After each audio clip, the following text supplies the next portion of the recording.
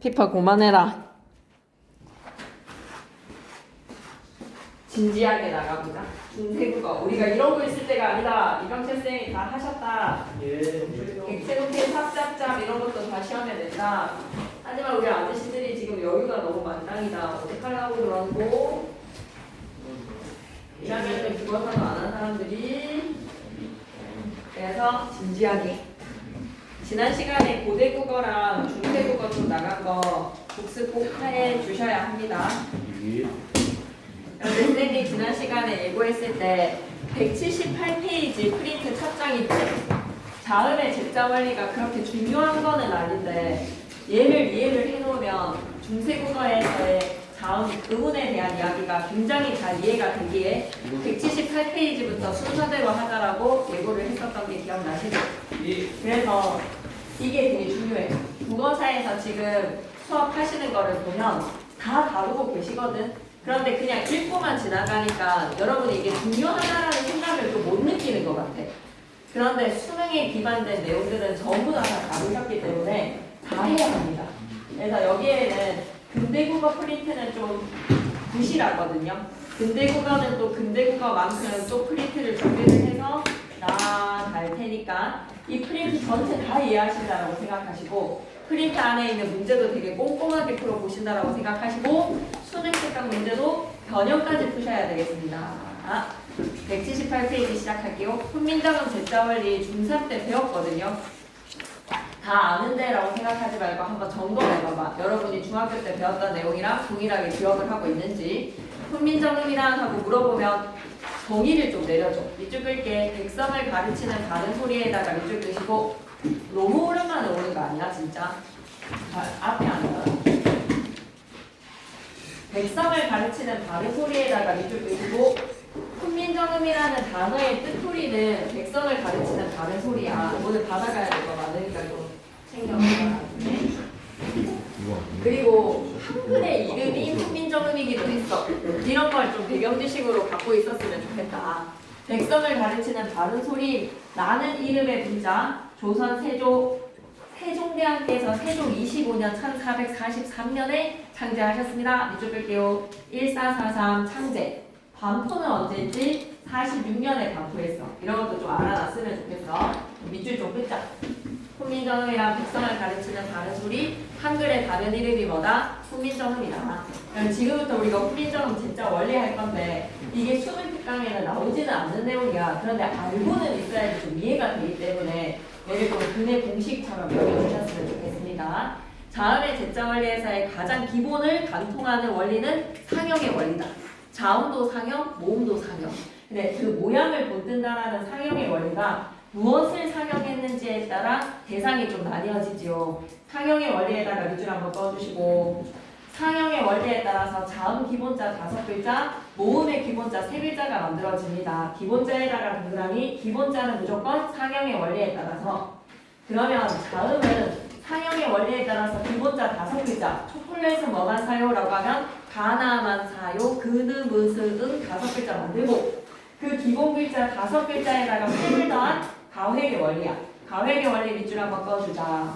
상형의 원리 플러스 가획의 원리. 그 가획의 원리를 따르지 않는 대상들은 이치자라고 해서 3글자가 또 존재를 합니다. 중성은 기본의 상형의 원리로 기본자 만들고 그 다음 그 기본 글자들을 어떻게 합성을 하자. 칵테일을 만들듯이 합성을 해줘. 합성의 원리에다가 밑줄 한번 꺼주세요. 자, 그럼 밥이라는 글자를 봤을 때 밥은 자음은 무엇을 발음 기간을 본드고 와시죠? 오늘 엄청 중요한 날이다 오늘. 이거 빨리 노제 받아라. 노제한테 전달. 발음 기간의 모양을 본떠서 거기에다가 획을 더한 가획 글자로 글을 만들고 거기에다가 모음 같은 경우에는 또 뭐를 만들어야 돼? 모음은 천지인이라는 상형의 대상이 천지인이라는 대상으로 가운데 소리 천지인을 본뜨고 난 후에 거기다가 또 뭐를 초출과 제출의 합성의 원리를 적용할 것이고 종성은 따로 의문을 만들 필요가 있다 없다? 없어. 종성은 종성부용 초성이야. 종성부용 초성이라는 이 말을 좀 알아야 돼. 종성은 별다른 의문을 만드는 것이 아니라 초성에 왔던 자음을 종성 자리에 다시 쓴다라고 해서 뭐라? 종성구용 초성입니다. 여러분 뭐 어두자음분이 무엇인지 원수모음화가 무엇인지 이런 걸 개념을 좀 아셔야 된다고요. 아시겠죠? 그럼 이제 초성부터 시작할게. 초성은 자음이다. 발음기관의 모양을 본뜨자. 발음기관의 종기관의 모양을 본뜨에다가 밑줄 한번 꺼주시고 다시 한번 더 상형의 원리라고 적어줘. 발음하는 기간에 좋은 기간의 모양을 못 떴어. 아씨 진짜 빨리 안 올래. 지난 시간 프린트 갖고 있지? 발음 기간, 좋은 기간의 모양을 못 떠서 세룡이 프린트 갖고 왔지? 지난 시간 받아간 거. 흐름 끊지 말고 빨리빨리 달려라. 알았지? 저쪽에 앉은지 테이블에. 발음 기간의 모양을 본뜨고 난 후에 그 발음 기간의 모양을 본뜬 기본 글자 5글자는 뭐라고? 가나만 사용. 근음, 으스, 음에다가 밑줄. 그리고 나머지 글자에다가 획을 더해서 가획자를 만든다. 가획자에다가 밑줄 다시 한번 더 그어주시고. 그런데 가획의 원리에 어긋나는 것들이 있지. 획을 더했음에도 불구하고 소리의 세기가 세지지 않아. 획을 더하면 가획의 원리에 따라서 소리의 세기가 세져야 되는데 획을 더했는데도 소리의 세기가 세지지 않았다. 이런 애들은 이체자라고 부르겠습니다. 그래서 표를 기억하시면 되거든요. 어금니 소리에서 턱소리가 목구멍을 턱하니 막는 모양이라고 하면 기본자 뭐? 거기에다 획을 더하면 그리고 이체자가 예디음 있지? 꼭지 달려있는 예디음을 어디 계열이라고 생각하면 안 돼? 목청 소리에서의 소음에다가 집어넣으면 안 돼. 이응이랑 연인 히읗이랑 히읗이랑 그리고 예디음이 후음이라고 생각하면 큰일 나. 누구는요? 예디음은요 꼭지가 달려있는 사과 모양의 예디음을 뭐라고 생각하자? 후음이 아니라 아음입니다. 아음에서의 목구멍에서 소리가 나는 목청 소리가 아니라 어금니 소리라는 것을 명심하셔야 돼요. 표만 좀 이해를 해놓으시길 바랍니다. 혀끝이 윗잇몸에 붙는 모양 느느느느느 거기에다가 획을 더해서 또 소리가 세졌네. 더 소리를 세게 획을 더해볼까? 근데 거기에다가 소리를 또 가획을 했더니 세졌나라고 하니 느는 소리가 세지지가 않아. 느드트까지는 기본 글자에 획을 더하면서 소리의 세기가 세졌는데 리을은 소리의 세기가 세진다 세지지 않는다? 세지지 않아서 이체자인 거야. 오케이? 그리고 입술, 입의 모양을 본뜬 무 거기에다 획을 더해서 더 세게 치아의 모양의 스 거기에다 획을 더해서 즈 거기에다 획을 더해서 츠 근데 획을 더했는데 소리의 세기가 세지지 않는다? 이거 뭐라고 부르던고? 이병재 쌤이 세모 뭐라고 부르던고? 구문에서 반치음이라고 부르는 이체자입니다. 반치음. 치음에서 가획을 했지만 소리의 세기가 세지지 않는 반치음입니다. 그리고 목구멍의 모양을 본떠서 이응 거기다 획을 더해서 얘 뭐라고 부르지? 여린 히읗. 그리고 획 더해서 히읗까지 나오는 거야. 그러면 이 표를 좀 이해할 수 있겠니? 기본 글자 5글자, 가획자 9글자, 이체자 3글자에서 자음은 총 몇 글자? 17자라는 걸 아셔야 됩니다. 17자입니다. 바로 중성의 모음으로 갈게요. 성리학에서 말하는 우주의 기본 요소 3제 밑줄 글자 천지인에다가 밑줄 하늘, 땅, 사람 천지인을 상형을 하자. 하늘의 둥근 모양 아래야, 땅의 평평한 모양 사람이 서 있는 모양 그러고 난 후에 기본 글자들끼리 합성을 하여서 처음으로 만들어진 합성 글자 초출자. 초출자에 아래아 한 번 더 더해지면 제출자라고 생각하면 돼. 아래아에다가 더해지면 오 만들어지지. 이에다가 아래아 더해지면 아 되지. 우에다가 아래아 더할까 우. 아래아에다가 이 결합시켜봐봐 이렇게 처음으로 기본자에 아래아와 이, 우, 합성된 애들을 뭐라고? 초출자라고 부르자. 지훈이 어서와. 앞에 좀 앉아봐봐. 제출자는 오, 아, 우, 초출자에다가 아래아 한 번 더 더하면 뭐라고 부르면 돼? 아래아 한 번 더 더해주면 제출자야. 제출자에다가 또 한번 체크해주고. 지난 시간 프린트인데 그러면 초출자, 제출자 개념 잘 이해하셨으면 여린 히읗보다 여린 소리로 추정이 된다. 반치음은 유성 마찰되면 예디음은 종성에서 소리가 나는 NG의 발음인 거야. 종성에 은가 있을 때는 뭐로? 예디음으로. 아래아는 아라, 어의 사이에서의 발음이나 어로의 발음으로 추정이 되고 있다. 제자 원리 좀 잘 기억해야 돼. 그리고 왼쪽 기퉁이를 보면 가획자와 이체자 보이니? 가획자는 뭐예요? 라고 하면 기본자에다가 획을 더함으로써 소리의 세기가 세져야 돼. 이쪽이자. 소리의 세기에 따라 획을 더한다에다가 밑줄 과학적이네, 체계적이네 라고 생각할 수 있습니다. 이 채자는 또 어떻게 하셔야 돼요? 돌로비아, 다를 입자, 체계가 다르다라는 다른 형체의 글자에다가 밑줄 한번 그어주시고 분명히 획을 더했는데도 소리가 세기가 세지지 않았다. 그래서 예비음은 아음에다가 집어넣고 르, 설음입니다. 즈, 입소리의 치음입니다. 179페이지 갈게요. 그러면 중성글자에서는 어떤 의문을 만들었나요? 라고 했을 때 별도로 만들지 않고 초성을 다시 썼습니다. 종성부용 초성이라는 말을 기억하셔야죠. 종성부용 초성의 동그라미. 그래서 돋보기에 이 말은 좀 시험에 나와. 별표 3개 표시해 주시고 출제라고 적으세요. 이병채 쌤도 필기 해주셨거든요. 훈민정음 창제 직후에 받침에서는 올 수 있는 표기할 수 있는 자음이 종성부용 초성이었어. 이 말인 즉슨 종성의 표기에 제약이 있었다 없었다? 없었다라는 것을 기억하셔야 됩니다.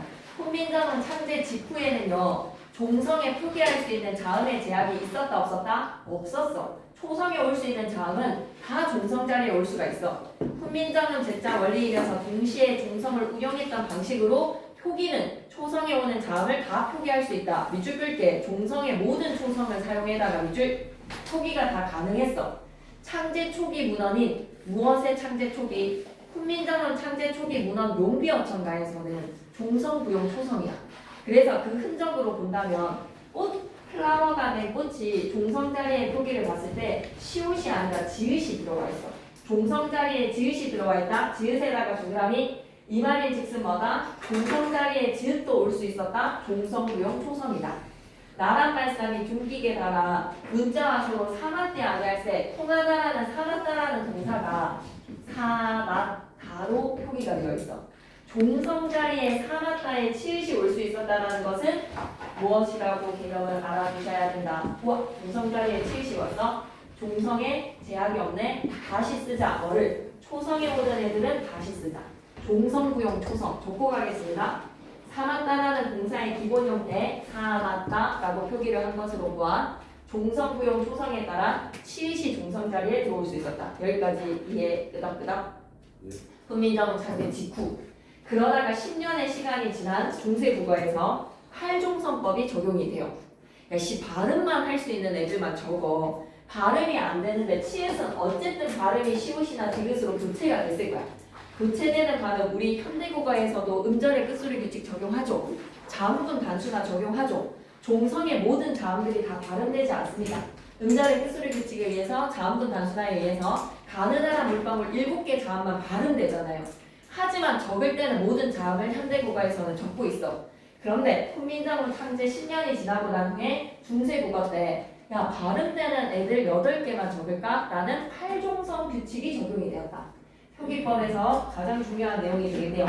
활종성법에다가 밑줄 종성 자리에 뭐만 발음 그느드르 무브스 응만 발음이 되니 표기도 뭐만 그느드르 무브스 응만 표기를 하자. 이게 뭐라고? 활종성법이야. 여기에서 이 시사점 지난 시간 얘기했으니까 지난 시간에 수업 듣는 사람들은 얘기해 줄래? 활종성에 그느드르 무브스 응이 발음이 되었다는 것은 표기를 그느드르 무브스 응만 했다는 것은 바바바밤 시사점이 뭐였지? 디귿의 동그라미, 시옷의 동그라미. 종성 자리의 드랑 스의 발음이 달랐다는 거야. 각각의 종성의 드도 발음이 되고 스도 발음이 된다는 거지. 활종성이 적용이 된 1500년대에 미라를 띄어서 할아버지 이것 좀 읽어주세요. 할아버지한테 1500년대 할아버지한테 이거 읽어달라고 하면 할아버지 이거를 빛이라고 읽지 않아. 우리는 지금 음절의 끝소리 규칙에 의해서 스 종성 자리의 발음이 디귿으로 교체되어서 발음이 되지. 근데 할아버지 이건 빛으로 읽지만 할아버지는 이걸 어떻게 읽을 것이다? 15세 음가를 살려서 읽으실 거야. 우리는 알 수가 없지만 15세기 미라한테 물어보면 얘는 음가가 있어. 똑같은 음가가 아니야. 그러니 그 시사점은 좀 중요시 체크하고 갈 거야. 드에다가 동그라미 잔화, 스에다가 동그라미, 그리고 가로 안에 말 좀 밑줄 긋고 가자. 종성의 디귿과 시옷을 구별하여 발음에다가 밑줄. 그럼 드에다가 스에다가 동그라미 쳐서 이렇게 필기로 하고 갈까? 서로 다른 발음이라는 거. 네, 수업 시간에 분명히 언급을 하셨을 텐데 왜 필기가 안 되어 있는지 정말 의문스럽다. 훈민정음 해설서인 훈민정음 해례본에서 사용하는 종성 사용법으로 15세기, 16세기 훈민정음 창제 직후는 중성부영 초성이었지만 곧 대부분의 중세국어에서는 탈중성이야. 그 흔적을 볼까? 아까 기본 형태 쌤이 어떻게 적어줬지? 사맞다에서 중성 자리에 치가 왔단 말이야. 근데 15세기에서의 세종어제 훈민정음 나랑 말씀이 둥기게다가 문자와 서로 사맞디 아니할세 본문에서는 시옷으로 교체가 되어 있다는 것으로 밑줄 긋자. 사맞다의 중성치가 시옷으로 변화함에다가 밑줄 쭉 탈중성이 적용이 되었다는 거야. 그래서 밑에다가 뭐라고? 탈중성 적용 이라고 좀 적어놓자. 사맞다의 치 대신에 시옷이 표기가 되었다는 것은 탈중성이 적용이 되었다는 것을 흔적으로 알 수가 있어. 알았나? 오케이. 그러면서 탈중성법은 중세국어, 실중성법은 근대국어입니다. 근대국어. 그래서 3 밑에다가는 근대국어라고 좀 이쁘게 적어주세요. 근대국어로 17세기에 들어서면서는 동성 자리에 가느다란 물방울 시옷, 디귿과 시옷 중에서 누가 사라졌지? 디귿이 표기를 하지 않고 시옷으로 표기를 하네? 그런데 위에 필기되어 발음은 디귿이라고 필기되어 있지요. 그러면 시옷에다가 동그라미 발음은 디귿이라는 말 되게 명심해야 돼. 발음은 디귿으로 빛하고 읽었으면서 표기는 뭐로 했다는 거야? 시옷으로 했다는 거야. 겁나 중요합니다.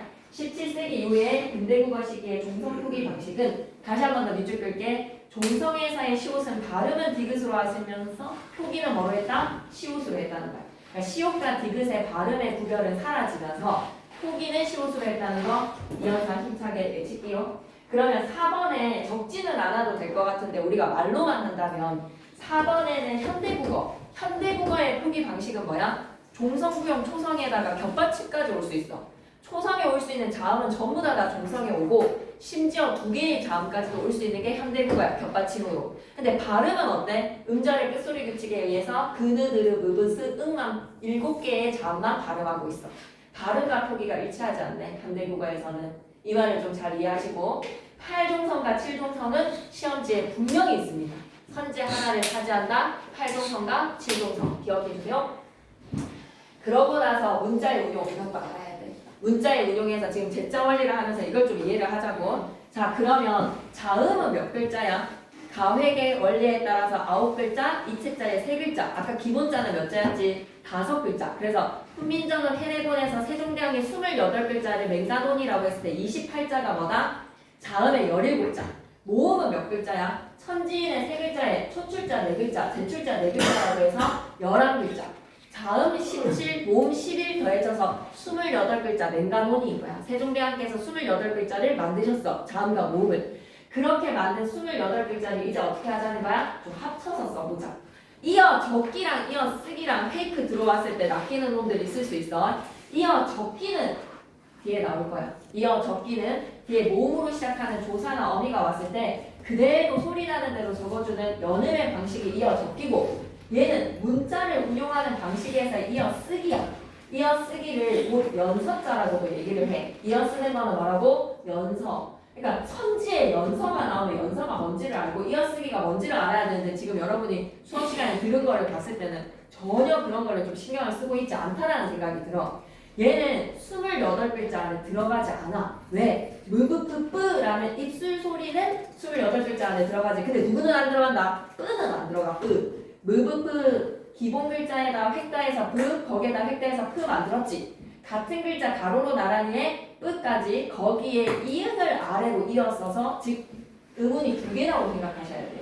이어쓰기에서의 연서 글자는 순경음의 가벼운 소리를 만들기 위해서 순경음 미음은 밑에다가 이응을, 순경음 비읍은 밑에다가 이응을, 순경음 피읍은 밑에다가 이응을. 그래서 순경음 비읍은 주로 고유어 표기에 사용이 되었다라고 얘기를 하는데 그게 또 나올 거야. 그래서 얘를 순경음 비읍을 28글자 안에 들어가 있다라고 생각하면 안 된다는 거야. 순경음 비읍은 연서 글자 이어쓰기입니다. 28자에 속하지 않아요. 그리고 나란히 쓰기에서의 병석자는 좀 잘 하셔야지. 같은 초성 2개로 가로 나란히야. 같은 초성에다가 밑줄 그시고 가로로 2개 똑같은 거 가로 나란히라고 하면 끄뜨뿌스쯔 만들어지는 거지. 그리고 하병병사에다가 별표 하나 치고 선지의 각자병사 하병병사 이런 거 나온다. 하병병사에다가 별표 서로 다른 초성 2개, 3개 가로로 나란히. 서로 다른 초성에다가 밑줄 한번 그어주시고 그리고 비읍계 어두장군, 시옷계 어두장군이라고 이병철 쌤이 수업 시간에 얘기해 주셨지. 그 어두장군이 바로 하룡병서 글자들이 초성에 오면 어두장군이라고 부르는 거야. 자, 그런데 비읍계 어두장군은 지난 시간에 했어. 이거 어떻게 읽기로 했지? 이거 꿈이었어. 앞에 시옷계 어두장군은 된소리로 읽어라 라는 표시지. 음가가 있다 없나? 없었어. 그런데 이거는 뭐라고 읽었어야 될지. 비읍으로 시작하는 어두장군에서의 비읍계 활용경서는 디귿은 음가가 있다라고 얘기했어. 그래서 오래난 쌀에서 해 더하기 쌀인데 왜 햇살이 아니라 햇살이라고 비읍이 덧나는지 그 이유가 뭐였다?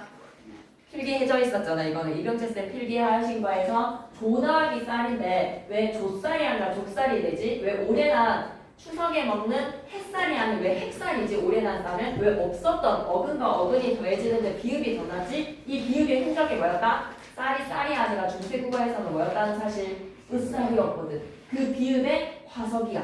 그 비읍의 흔적이다라는 걸로 명확히 딱 필기해 주셨어. 그래서 어두장군이 각자경서, 하룡경서, 이 하룡경서가 어두 초성 자리에 오게 되면 그걸 어두장군이라고 불렀어. 그랬을 때 비읍은 음가가 있어. 하지만 시옷은 음가가 없고 된소리로 발음을 하라라는 표식이다.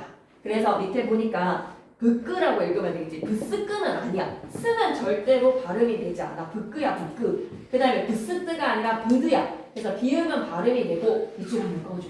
시옷은 된소리 표시인에다가 밑줄 한번 꺼주시고, 그래서 예시 첫 번째에 브드로 읽으시고 브스로 읽으시고 브즈, 브트. 그런데 시옷이 앞에 있으면 뒤에를 된소리로 끄, 뜨, 뿌. 그리고 브스그는 어떻게 읽자? 브끄로 읽는 거야. 시옷은 음가가 없는가 어두장군에는 브끄. 그리고 얘도 어떻게 읽을 거야? 브드로 읽어야 돼. 브뜨. 시옷이 앞에 있으니까 브뜨가 되겠지. 이제 좀 알아놔야 돼. 시옷계 어두장군에서의 시옷은 된소리 표시지 음가가 없다. 비읍계 어두장군은 음가가 있다. 됐니? 오케이. 그럼 이제 연서자. 그리고 병서자. 병서자에서는 같은 글자 가로로 나란히 각자 병서. 서로 다른 자음이 가로로 나란히 하룡병서. 이건 알아놔야 돼. 그리고 붙여쓰기의 부서글자에서는 초성에 중성을 붙여서 한 음절을 이루는데 한 음절에다가 밑줄.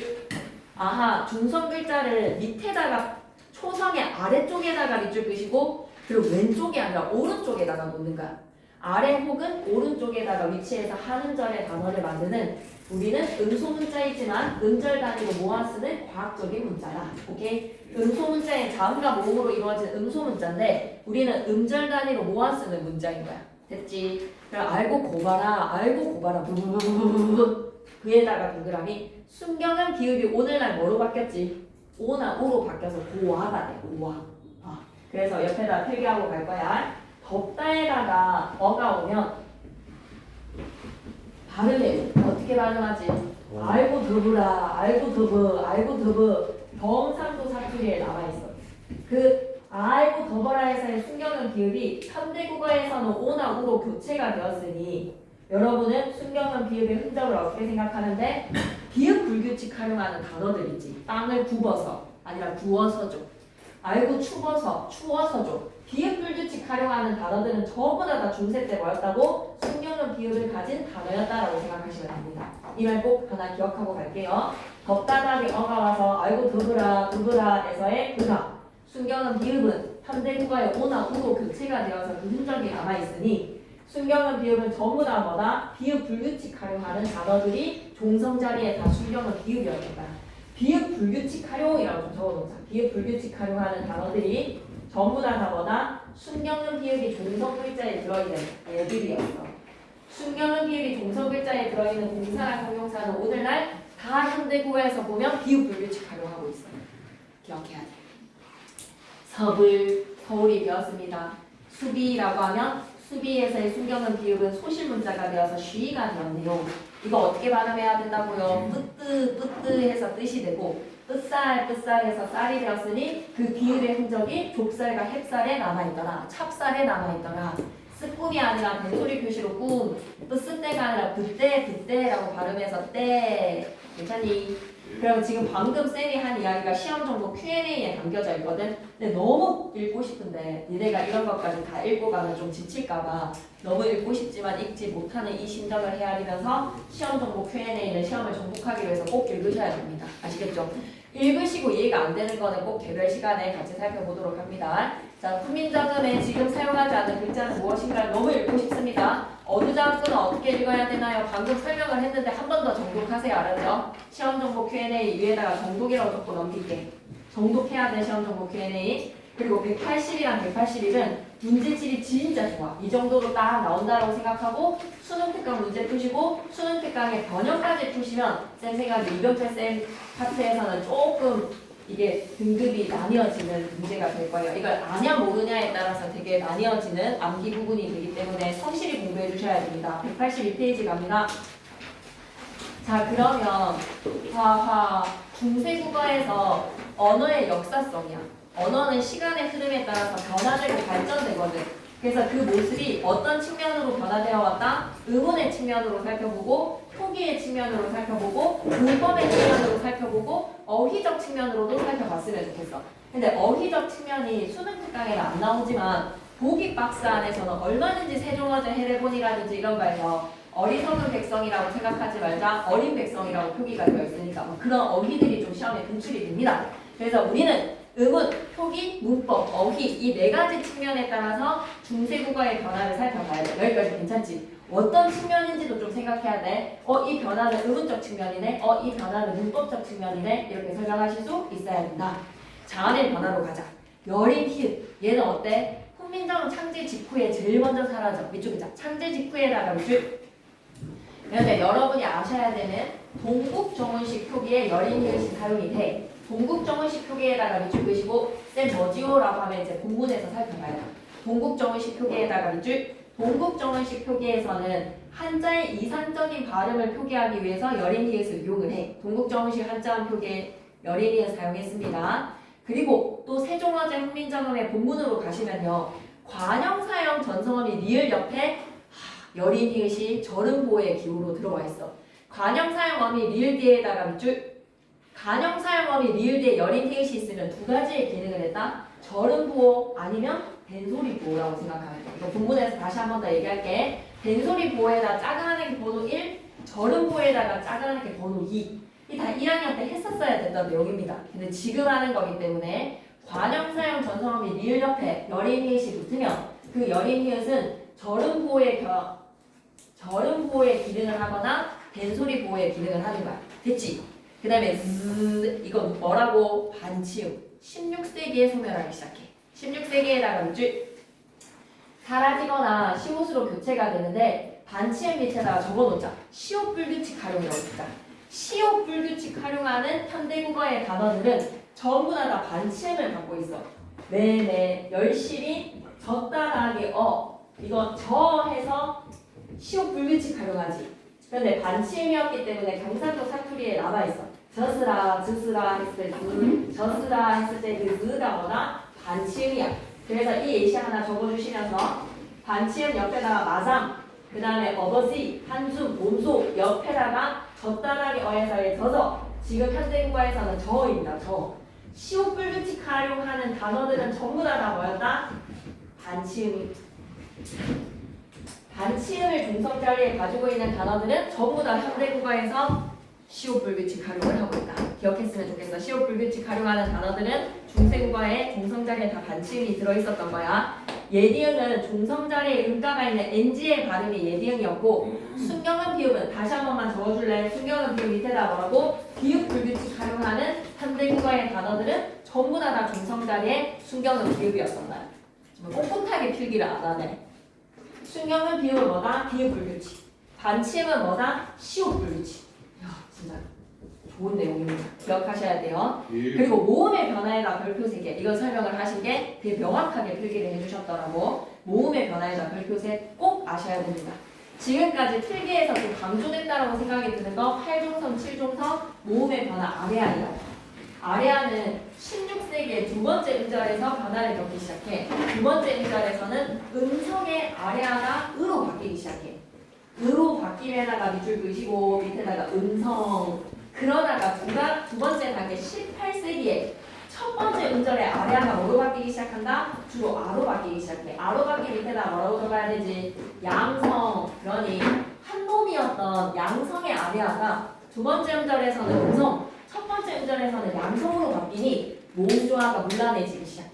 모음조화가 목숨처럼 지켰던 이 규칙이 흔들리기 시작한 요인이 뭐다? 원인은 아래아가 두 번째 음절에서는 음성으로 바뀌고 첫 번째 음절에서는 양성의 아로 바뀌면서 모음조화가 흔들리기 시작해. 오케이? 이거 아래아의 변화는 꼭 기억하셔야 됩니다. 자, 예시 들어보자. 마장이라는 단어가 있으면 일단은 반치음부터 먼저 소실이 돼. 그래서 거기에 두 번째 음절의 아래아가 으로 바뀌고 첫 번째 음절의 아래아가 아로 바뀌는 거야. 이 변화 단계를 좀 잘 이해하셔야 됩니다. 반치음부터 먼저 사라지고 두 번째 음절의 아래아가 첫 번째 음절의 아래아가 여기까지 괜찮니? 1단계, 2단계 변화 정말 중요하다. 16세기, 18세기 정말 기억했으면 좋겠다. 가을 가지고 또 예시 들어볼까? 일단 반치음이 먼저 사라져. 그러면서 두 번째 음절의 아래아는 첫 번째 음절의 아래아는 그래서 오늘날의 가을이 가자리였던 거야. 괜찮지? 모음조화에다가 별표 3개. 이건 단답형으로도 하나를 내도 되는 반드시 출제야. 모음조화에는 없으면 진짜 손가락이야. 모음조화에다가 별표 3개. 손가락 자를 수 있어. 모음조화는 100% 이해해야 돼. 양성은 밝고 산뜻한 느낌이야. 밝고 산뜻에다가 밑줄 대표적으로 아래아랑 오랑 아야 외워야 돼. 왜냐? 조사나 어미가 철저하게 양성은 양성끼리, 음성은 음성끼리 끼리끼리 쓰이는 모음조화 규칙을 여러분이 무슨 조사를 집어넣을 건지 어떤 어미를 집어넣을 건지 쌤이 단답형으로 물어보실 수 있습니다. 그래서 중세국어에서는 얘 아래아가 찍혀져 있는 이가 이중모음으로 에라고 읽으면 되는데 이거 발음을 알 수가 없으니까 아래아가. 그래서 쌤은 편해서 그냥 에라고 읽을게. 그리고 아예 에까지. 어감이 어둡고 큰 모음은 대표적으로 으랑, 우랑, 어랑, 의랑 에가 돼. 어이의 에. 그래서 풍당, 풍당이나 풍덩, 풍덩이지. 우랑 어가 끼리끼리 올려야 돼. 콩 뒤에는 덩이 오지 않아. 콩당, 콩당이지. 오아가 같이 짝을 이루자. 우어가 짝을 이루자. 예시 봐봐. 나 뒤에서는 양성이기 때문에 보조사가 는이 아니라 뭐가 왔다? 양성의 날이 왔다는 거야. 나 뒤에는 목적격 조사 늘이 오는 게 아니라 양성이기 때문에 뭐가 왔다는 거야? 날이 왔다는 거야. 모음 조화에서 조사 집어넣는 것은 이해 안 돼요? 라고 하면 꼭 반드시 질문하셔야 됩니다. 막다에다가는 은이가 아니라 뭐가 왔다는 거야? 아니가 왔다는 거야. 양성은 양성끼리. 어간이 양성이면 어미도 아니의 양성으로 바꿔라. 너 뒤에는 는, 너 뒤에는 를, 너 뒤에는 의, 먹다에는 음성이니까 은이가 와. 양성은 양성모음끼리, 음성은 음성모음끼리 어울리는 모음조화는 중세국어에는 진짜 잘 지켜졌어. 그러다가 근대 이후에 파괴되기 시작한 이유가 뭐라고? 아래아 때문이야. 아래아가 두 번째 음절에서는 아래아가 첫 번째 음절에서는 아로 바뀌기 시작하면서 문란해지기 시작한 거야. 쭉 읽고 갈게. 아래아의 소실로 인해 모음조화에 많은 혼란이 일어남에다가 밑줄 한번 꺼주시고 182페이지에 표기법의 변화 크게 별표 쳐요. 표기법의 변화에서는 이제 곧 나올 거니까 182페이지 왼쪽 뒤쪽에 아래쪽에 이어적기에다가 밑줄. 중세 때는 거의 이어적기. 근대에서는 과도기적인 거듭적기가 보이다가 현대국어에서는 끊어적기가 나와. 쌤, 이어적기, 거듭적기, 끊어적기가 뭐죠? 라고 하면 얘도 시험에 나와. 183페이지로 갈게.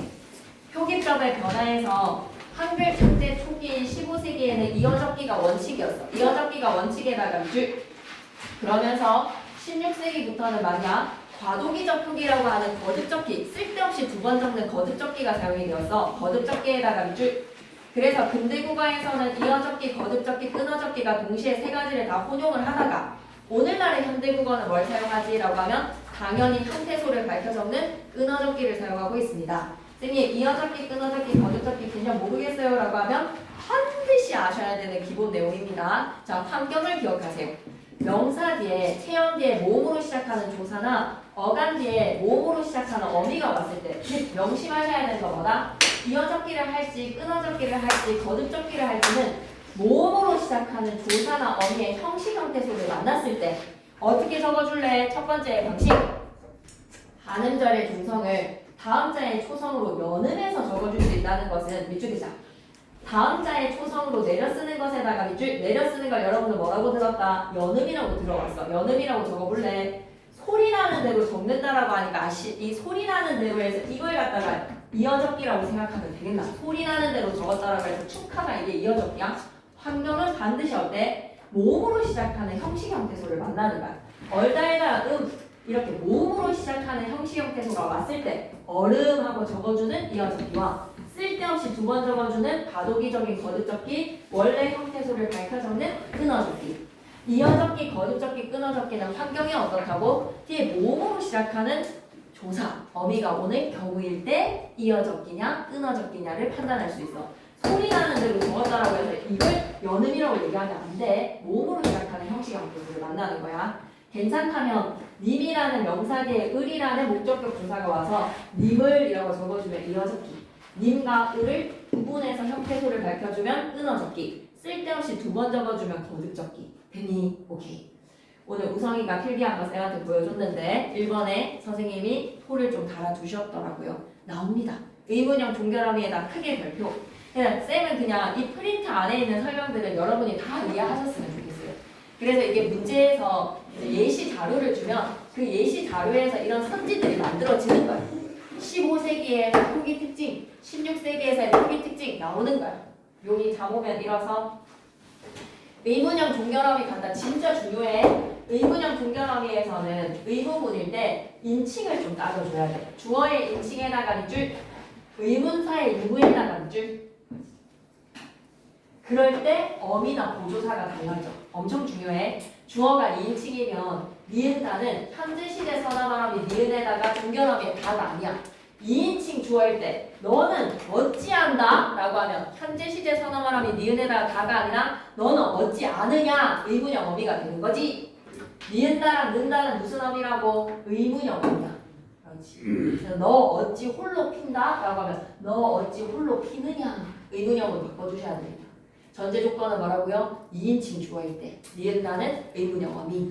밑으로 내려와서 주어가 2인칭이 아닌 경우에 의문사가 없으면 한정의문문이야. 한정의문문 위에다가 yes, or, no 적어주시면 안 될까? 예, 아니오의 대답을 필요로 하는 한정의문문은 의문사가 없어. 밥 먹었나? 이렇게 물어보잖아. 그치? 친구가? 라고 물어보잖아. 의문사가 없이 예, 친구입니다. 아, 예, 먹었습니다. 예, 아니오의 대답을 필요로 한 의문문이 뭐라고? 한정의문문. 그럴 때 경상도 사투리에서 밥 먹었나? 아로 물어보잖아. 네 친구가? 라는 거에서 아로 물어보지. 이럴 때 어미의 종류가 전부 다 뭐계열이나 아계열이라는 거야. 집에 있는가? 라고 물어보면 집에 있는가에서의 아로, 집에 있느냐? 라는 거에서 있나요? 아계열의 의문형 어미에다가 밑줄 한번 꺼야 돼. 아계열의 의문형 어미는 어떨 경우? 한정의문문일 때는 아계열의 의문 어미. 그리고 또 중요해. 보조사가 아계열로 가를 붙일 때 방금 쌤의 예시로 경상도 사투리에 그대로 나와있어. 네 친구가? 라고 물었을 때 너희 친구가? 라고 물었을 때 친구 뒤에 가가 어미야? 친구라는 명사 뒤에 가가 붙었으니까 얘는 뭐라고 불러야 돼? 보조사야. 의문을 나타내주는 보조사. 그래서 밑줄 긋고 갈 거야. 보조사 가에다가 밑줄 이 딸이 너희 종가? 라고 물어보는 거야. 종이가? 라고 물어보는 거야. 종이가? 라고 물어봤을 때 서술격조사 이가 생략돼서 종가. 이거 뭐라고 가가? 친구가를 기억해야 돼. 네 친구가? 라고 했을 때 가는 뭐라고? 보조사가. 그다음에 밥 먹었나? 라는 거에서 아로 물어보는 거는 아계열의 의문형 어미. 시험에 나온대. 됐지? 오케이. 설명 의문문은 의문사가 있어. 6개 의문사. 언제, 어디서, 무엇을, 어떻게, 왜? 라는 거에서 어디 가노? 그 다음에 누구고? 라고 물어보는 거죠. 어디 가노? 노로 끝났네. 정치적 발언 아니다. 어디 가노? 라고 해서 5개월의 의문형 어미에다 밑줄 끄시고 5개월에 어디 가노? 어디고? 라고 물어보는 거예요. 어디 가노에서 5의 계열의 의문형 어미에다 밑줄 그리고 어디고? 방금 쌤이 어디고? 누구? 라고 물어보는 경상도 사투리에 그대로 나와있어. 어디고? 누구? 보조사 고야. 체험대에 어디고? 누구? 라고 물었을 때 고는 뭐라고? 보조사야. 그리고 어디 가노? 라고 물었을 때 노에 5개월의 의문형 어미가 들어있는 거야. 할 수 있겠어? 수능에서도 나왔거든. 그래서 이건 충분히 이병철 쌤도 수능 문제를 보시기 때문에 비슷하게 언급하실 수 있는 파트. 얘는 좀 나온다. 한정 의문문은 밥 먹었나? 아로. 그 다음에 친구가? 라는 게 보조사. 아로. 가로 물어볼 수 있습니다. 설명 의문문은 어디 가노? 라는 거에서 5계열의 의문형 어미. 그리고 뭐라고? 누구? 라는 거에서 고 계열의 보조사. 기억할 수 있겠니? 오케이. 안심할게. 그 다음에 이제 거두 필기에도 또 있더만 이게 주격조사 칠판 사진에 있던가. 오케이. 주격조사는요. 현대국어에는 주격조사에 수박 뒤에는 수박 땡 맛있다에서는 수박 가 맛있다야 수박 이 맛있다야. 수박 이 맛있다야. 그럼 수박 이가 뭐 배가 맛있다는 배가 맛있다 배이 맛있다. 정답은 배가. 그러니까 우리는 네이티브 스피커니까 의식하지 않고 수박대 이고 배 뒤에는 가로 배이라고 하면 어색하다는 거 알아. 수박가라고 하면 어색하다는 거 알아. 근데 외국인은 이거 외울걸? 외국인은 환경을 판단해서 인지 가인지를 넣을 때 그 환경이 어때 지금? 환경이 앞에 말이 자음으로 끝났을 때 이, 모음으로 끝났을 때 가. 이걸 우리는 뭐라고 불렀지? 의문론적 이형태라고 배웠던 거 기억나? 의문의 환경에 따라 달릴 수 있는 조사들의 합. 이걸 의문론적 이형태. 우리는 의식하지 않고 그냥 사용하지만 외국인들은 판단한다는 수박대에는 가가 아니라 이, 배 뒤에는 이가 아니라 가. 의문 환경 보면서 외국인들은 머릿속에 생각할 거란 말이야. 우리가 더즈랑 둘을 구분하듯이. 오케이? 그러면 이랑 가에서 현대국어의 가가 중세 때는 없었어. 그럼 세 가지의 의문론적 형태의 환경 기억해. 자음으로 끝나면 현대국어랑 동일하게 이야. 사람에다가 주격조사 이가 와서 그대로 이어잡기 하면 어떻게 적으면 돼? 사람이.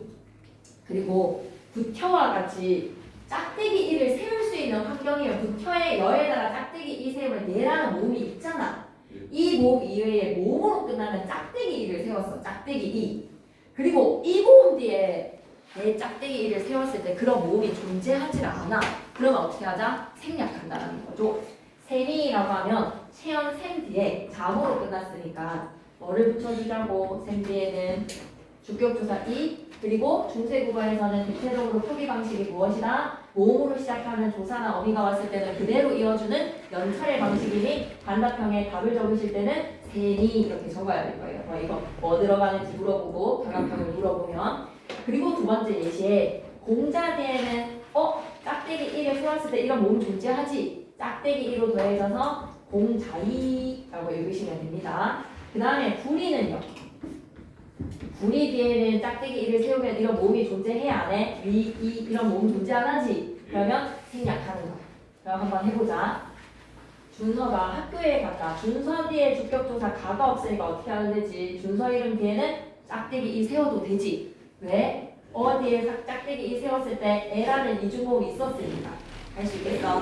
오케이. 그러면 준우 했을 때는 우 뒤에다가 어떻게? 짝대기 2 세워도 돼. 그래서 준우이라고 읽는 거야. 준우 뒤에 짝대기 세웠을 때 있으니까. 오케이? 그 다음에 주미 뒤에는 어떻게 할까? 주미 뒤에 짝대기 세우면 돼? 안 돼? 안 돼. 생략해야 돼. 이런 모음이 존재하지 않으니까. 오케이? 자본이, 우성이. 우성이 뒤에는 맞아. 이 해서 연음이 되는 거에 우성이 되겠지. 그치? 계속 갑니다. 시험용으로 Q&A. 모음주하는 중세국어만 있었나요? 읽어주시길 바라고. 중세국어 문법에 제시된 규칙을 다 외워야 하나요? 외우지 말고 이해하라고 하는데 외우세요. 알았죠? 그래서 주격조사, 짝대기 이, 생략 이 있었다는 걸 기억하시면서 뒤로 넘어가시면 문제가 진짜 너무 좋다. 그래서 185페이지에 2번, 3번 있지? 이런 거 나와. 특히 3번 이런 거 나와. 2번, 3번 문제 풀어보시고 답지 없으면 선생님이 단톡에 올려달라고 카톡 한 번만 해주세요. 올릴게요. 그 다음으로 넘어가서 이제 186페이지 갑니다. 오늘 좀 다 끝냈으면 좋겠다. 목적격 조사는 지금 준이 눈으로 욕한 거 아니죠? 다 끝낼 거다. 8시 40분까지 나 충분히 다 끝낼 수 있을 것 같다. 목적격 조사는 지금 어떻게 사용하고 있는지 몰라. 문화는 지금 나갈 때가 아닌 것 같은데 지금 이게 나갔으니까 좀 따라 잡아놔야지. 문제를. 수박을 먹다야 수박을 먹다야. 수박을 배를 먹다야 배을 먹다야. 오케이. 그럼 이거 뭐 차이야 또? 의문론적 이 형태에서의 환경은 앞에 말이 자음으로 끝났을 때 을이 오고 모음으로 끝났을 때 을이 왔다는 거 우리는 의식하지 않고 사용하지만 외국인들은 환경을 따질 거야. 수박 때에는 기억이니까 을 붙이고 배 뒤에는 을 붙여야지. 그런데 중세 때는 뭐까지도 존재해버렸던 거야? 양성의 알과 랄도 있었어. 그럼 수박 뒤에는 아가 양성이니까 뭘로? 알 붙여서 이어잡기니까 어떻게? 수박알이라고 표기해야 되는 겁니다. 배 뒤에는 양성이지. 아가 들어있는 양성이지. 배가 아니잖아. 어이의 배가 아니잖아. 아이의 양성이면 또 뭐로? 배랄. 이게 이제 단답형으로 나올 겁니다. 어떤 목적격 조사를 집어넣을래? 어떤 주격 조사를 집어넣을래? 어떤 관형격 조사를 집어넣을래? 시험에 나올 것 같습니다. 알았죠? 모음조 하나 한 문제 나옵니다. 예시 가자. 그러면 마장. 마장의 잠이 양성이기 때문에 마장알이 되는 거 동의해? 물이 음성이니까 물을 되는 거 동의해? 조에다가 날 붙인 것도 너대에는 늘 붙인 것도 이해돼? 뜻에다가 을 온 거 부모의 부모의 모의 오가 양성이니까 랄이 오는 거야. 할 수 있겠어? 3번의 관형격 조사는 좀 더 까다로워. 단형격 조사의 유정명사, 무정명사도 설명을 하셨던 분. 시험에 나오는데 이런 거 알았지? 해보자. 현대국어에는 의 하나밖에 없어. 하지만 중세국어에서는 세 가지가 있었다. 아래아가 지켜져 있는 의랑 시호까지. 그래서 아래아랑 의는 앞에 오는 체언이 평칭, 높이는 것도 낮추는 것도 아닐 때 유정명사라는 조건이 달려있어야 돼. 유정명사에다가 동그라미 피 흘리는 애들. 피를 흘리는 생명체 유정명사. 피를 흘리지 않는 대상 무정명사. 시옷은 무정명사이거나 존칭의 대상일 때 시옷을 사용을 했어. 그러면 사람이라는 명사는 피 흘리지. 그럼 사람의 양성에 아래아가 있으니까 관형격 조사에 뭐를 붙이자? 아래아가 지켜져 있는 의. 거북이 피 흘리지. 거북이의 등딱지라고 했을 때 거북이면 부의 우지. 그러면 의가 와서 거북의 되는 거야. 무정명사는 나라는 무정명사지. 그럼 나란 말싸미에서 나라에 시옷을 붙이는 거야. 이거 단어를 주고 여러분한테 어떠한 관형격 조사를 집어넣을래요가 시험 문제라고 생각하시면 됩니다. 부처님은 높임의 대상이지. 그럼 부처에다가 뭐를 넣어주는 거야? 사의 시옷을 넣어주는 거야. 부처 되는 거지. 할 수 있겠니? 오케이. 그 다음에 4번에 장소를 나타내는 초소부사격 조사에는 3개야. 앞에 양성이면 발알, 바다를 발알이라고 불렀어. 발알의 양성이면 애가 오고, 꿈, 꾸지, 음성이지, 어이의 애가 와서 꿈애야. 그리고 이모음으로 끝나면 얘가 오는 거야. 그러면 쏨에라는 거야. 쓰다의 명사형에서의 쏨이라는 형태의 우가 음성이니까 애가 오고, 후세라고 하면 이중모음이 들어왔으니까 이모음으로 끝났으니까 얘가 오는 거야. 할 수 있겠니? 네, 그러면 문제로 한번 가보자. 문제에서 표시해 줄 테니까 나중에 풀어봐봐. 2번 189페이지에 2번 문제 별표 셋 이런 걸 맞춰야 되는 거. 2번 문제 이런 식으로 나온다라고 생각해줘. 189페이지에 2번 문제 같이 나온다라고 생각하고 별표 셋이야. 188페이지에 1번에다 크게 별표 하나 쳐주시고 이 두 문제의 유형이라고 생각해줘. 맞춰야 돼. 그리고 이제 187이야. 엄청난 고비가 여러분을 기다리고 있다. 높임 표현에서의 어미 할게 알았지? 높임 표현에서의 어미 이 고비를 좀 넘겨보자. 주체 높임 서나말 어미는 1번이야 1번이야. 주체 높임 서나말 어미는 지금 현대국어에서도 있어. 서나말 어미 시에다가 밑줄 끄시고 가다가 아니라 가시다. 하다가 아니라 하시다. 주체 높임 서나말 어미 시는 어간과 어말어미 사이에 현대국어에서도 결합되어서 주체를 높이고 있습니다. 그런데 의문 환경에 따라서 무엇도 존재했다. 의문호적 형태의 샤가 존재했다. 자음으로 시작하는 어미 앞에서는 가신이야. 가신이. 그리고 샤는 아나, 오랑 우로 시작하는 모음어미 앞에서 가샤. 선생님 가샤에서는 모음어미가 없는데요 라고 하면 가샤아. 동일한 의문이 연속돼서 아가 탈락된 거야. 가샤아에서 가샤아가 탈락된 거야. 가샤대에서 선생님 대라서 자음어미니까 가시대 아니에요 라고 하면 가샤오대였어. 대 앞에 뭐가 있었다? 오가 있어서 오가 생략된 거야. 알 수 있겠니? 자음의 어미 앞에서는 시, 모음의 어미 앞에서는 샤. 너무 중요합니다. 주체 높임의 선언한 어미는 현대국어랑 동일하게 중세 때도 있었고 오늘날의 현대국어에도 정해진다. 객체 높임 선언한 어미에다 별표 셋. 단답형으로 나왔으면 좋겠어. 단답형에서 객체 높임 선언한 어미 뭐 집어넣을래? 라는 걸로 나왔으면 좋겠고 문제는 189페이지에 3번 문제 맞출 수 있으면 돼. 189페이지에 3번 문제가 내가 풀린다라고 하면 객체 높임 서나말 어미 문제 맞추겠군이라고 우리가 안심하셔도 될 것 같습니다. 객체 높임 서나말 어미 엄청 까다로워. 의문의 환경이 말이야. 현대국어에서는 객체를 어떻게 높이고 있지? 현대국어에서 특수어미를 사용해달라 밑줄. 특수어미를 사용하는 동사 3개, 4개인가? 드시다, 모시다, 뵙다, 여쭙다, 적자. 현대국어에서는 어떻게 높이고 있는지 비교하라 하는 선지가 나올 수도 있으니까 좀 적어볼게. 현대국어에서는 특수어미 사용해서 객체를 높이고 있습니다. 목적어랑 부사어를 높이기 위해서 여러분 동사 4개. 드리다, 모시다, 뵙다, 여쭙다. 좀 적고 가자. 색소어 위에 들이다, 모시다, 뱉다, 여쭙다 사용해서 목적어랑 부사어 높이고 있는데 중세국어에서는 어휘의 높임이 있었다 없었다? 객체를 들이다, 모시다, 뱉다, 여쭙다라는 어휘로 높인 게 아니라 선어말 어미가 있었어. 삽잡자. 객체 높임 선어말 어미에다 밑줄 가장 대표되는 애는 삽이야. 이 삽이 의문의 환경에 따라서 다른 이 형태를 지니고 있어. 삽에다가 동그라미 의문의 환경에 따라 다른 형태로 나뉘어질 것인데 모음으로 시작하는 어미에다가 물결 표시 좀 해줘. 어미가 모음으로 시작하는 어미면 순경은 비읍으로 바뀌어. 삽이랑 잡이랑 납의 형태에 순경은 비읍으로 종성 자리가 바뀌어져야 되는 경우에 의문 환경은 어떻다고? 모음으로 시작하는 어미 앞에서. 할 수 있겠니 얘들아? 어간의 끝소리 그브스흐 이거 그냥 외우지 마시고 드드즈츠는 국유음화가 되었으니까 드드즈츠는 잡이고 노란 양말의 모음은 잡 반침으로 넣어주고 그 외의 경우는 전부 다 삽이라고 생각하면 돼. 알았지? 이 환경을 잘 보셔야 됩니다. 부처님의 손길을 맛보는 잠깨라는 민준이의 배려다. 부처님의 손길을 막고 부처님의 손길을 막았어. 그럼 부처님의 손길을이라는 목적어를 높이기 위해서 객체 높임의 선언한 어미를 넣어준단 말이야. 목적어가 부처님의 손길이라는 목적어의 높임 대상이면. 그럼 앞에 말이 기억으로 끝났어. 기억으로 시작하는 어미 자음으로 시작하기 때문에 둘 사이에 뭐만 집어넣으면 되겠다. 막삭 고 집어넣으시고 그냥 뭐 밥도 이렇게 집어넣으시면 되죠. 다른 거 뭐 건드릴 거 없습니다. 이거 설명하셨죠? 수업 시간에? 오케이. 그 다음에 부처님의 손길을 막아.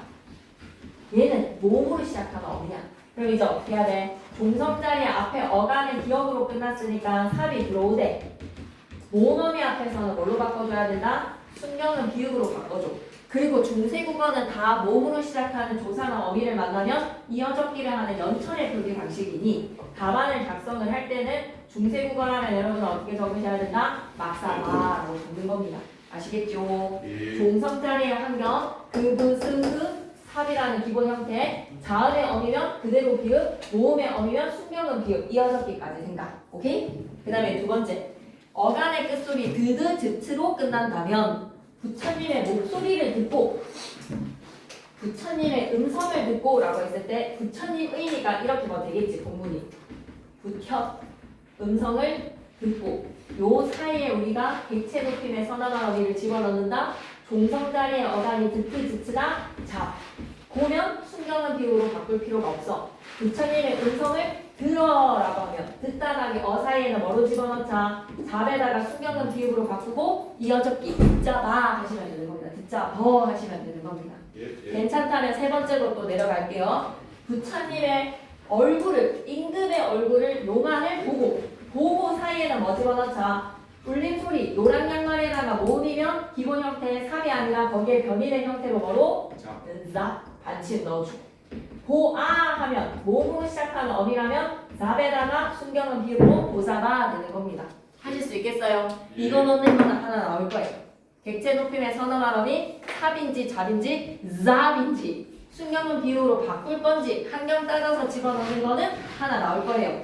그럼 구목계 밭자보온이라고 하면 밭다에다가 밭온 밭 디귿이네. 잡으로 바뀌고 안에 모음어미 앞이네. 순경은 비읍으로 바뀌고 순경은 비읍이 대체적으로 오나 우로 교체가 되는 변화를 겪으니 밭자온이 되는 것이다.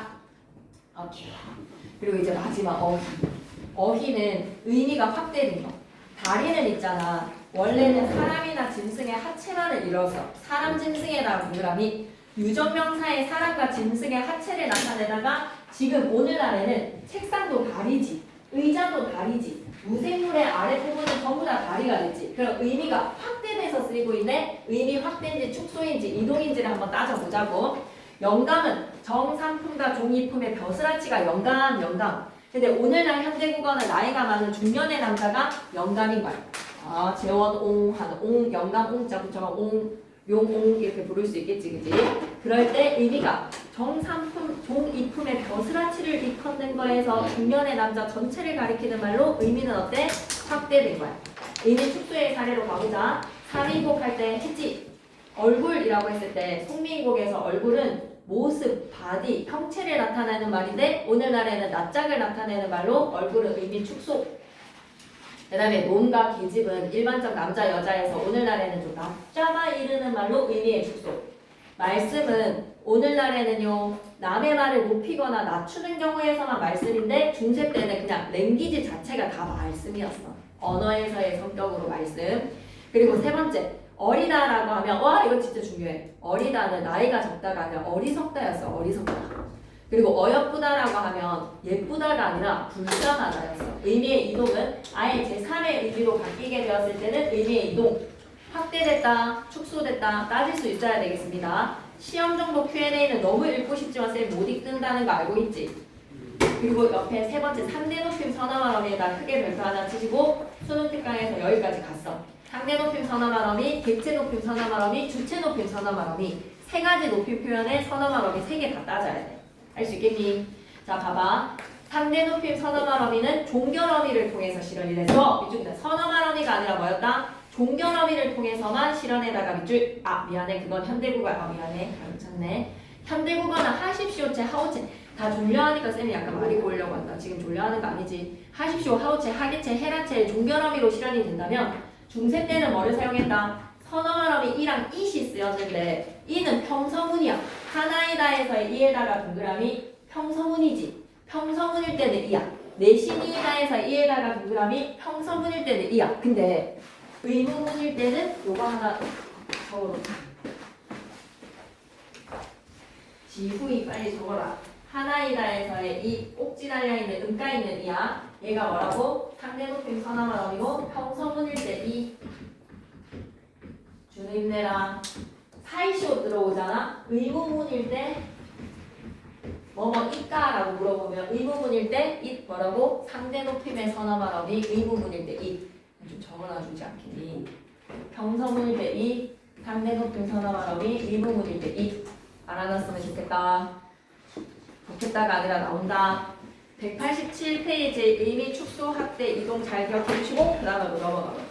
그러니까 우리 아저씨들이 지금 이거를 되게 편안하게 생각할까봐 쌤이 좀 걱정된다. 1번, 2번, 3번 꼭 풀어봐야 돼. 대표 기출문제. 됐지? 그러면 이걸 본문에다가 적용을 해야 돼. 지금부터 이제 여러분이 알고 있는 내용들을 여기에다 적용을 하면서 이거에서 이렇게 사용됐네. 이런 문법적인 특징이 드러났네. 라는 걸 알아보실 수 있어야 돼요. 겁나 좀 지겹단 말이야. 해야 돼 근데.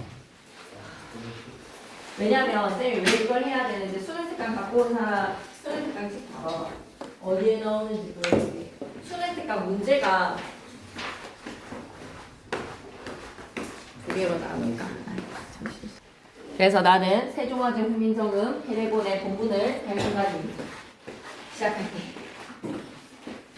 얘를 생종엉쟁 훈민정음이라고 읽으면 안 돼. 세상 세자지 생자가 아니야. 그럼 선생님 왜 세상 세자의 중성자리에 이응이 들어왔나요? 라고 하면 이응에다가 동그라미 치시고 한자어는 전부 다 동국정운식 표기라는 걸 알아야 돼. 어디에 뭐 밑줄 끌 거 없나? 라고 보니까 좀 밑줄 끌 게 없어. 그래서 색자에다가 이응을 동그라미를 치시고 세상 세자의 중성자리에 이응이 표시되어 있네? 그러면 세상 세자의 이응은 음가가 없는 이응이야. 뭐라고 표기해 놓자? 동국정운식 표기라고 좀 적어줘. 동국정운식 표기는 중국의 한자어니 이상적인 발음으로 중국인들이 발음하는 것과 조선인이 발음하는 거에 괴리가 생겼어. 그래서 중국의 이상적인 한자어로 발음하기 위한 것이 동국정운식 한자어이야. 중국어는 초성, 중성, 종성의 3성의 체계가 다 갖춰져 있어. 그래서 한자어에서 종성이 비어있는 애들은 형식적인 이응을 넣어줬다라고 생각하면 돼. 한자어들은 전부 다 무슨 식표기? 동국정운식 표기를 사용했다라고 생각해야 돼. 알았지? 동국정운식 표기는 이렇게 쌤이 언급 안 하실 수도 있어. 근데 고등학생이라면 알아야 되는 내용이야. 세종화재 훈민정음 한자어들은 전부 다 동국정운식 표기라고 생각해 주시고 세종대왕이 지으셨다. 백성을 가르치는 나무기. 소리값이 없는 형식 종성인 에다가 밑줄 다시 한번 더 옆에다 적어놔.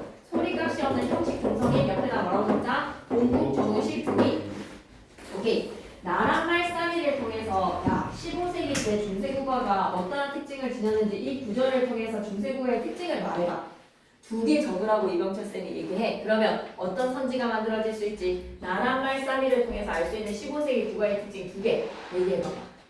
나란 말싸미를 통해서 아레아 있었네요? 라고 하면 그래 그거 찾았네. 아레아는 너무 눈에 보이는 건데 아레아 찾았다라고 하면 답안으로 전혀 모르겠으면 아레아라고 집어넣어야지 그치? 사라진 의문 아레아가 존재하였다. 그래 맞아. 나랑 말살이 또 2개 더 찾아봐봐. 무슨 식표기 찾아봐봐. 나랑 말살이에서 알 수 있는 중세국어의 특징 첫 번째. 그렇지. 나라세 시옷에다가 동그라미. 지금 우리가 부르는 이 사이시옷이 중세국어에서는 이 시옷이 뭐였다? 무슨 조사? 관역격 조사 시옷이 쓰였어. 나라세 시옷에 동그라미 치고 관역격 조사야.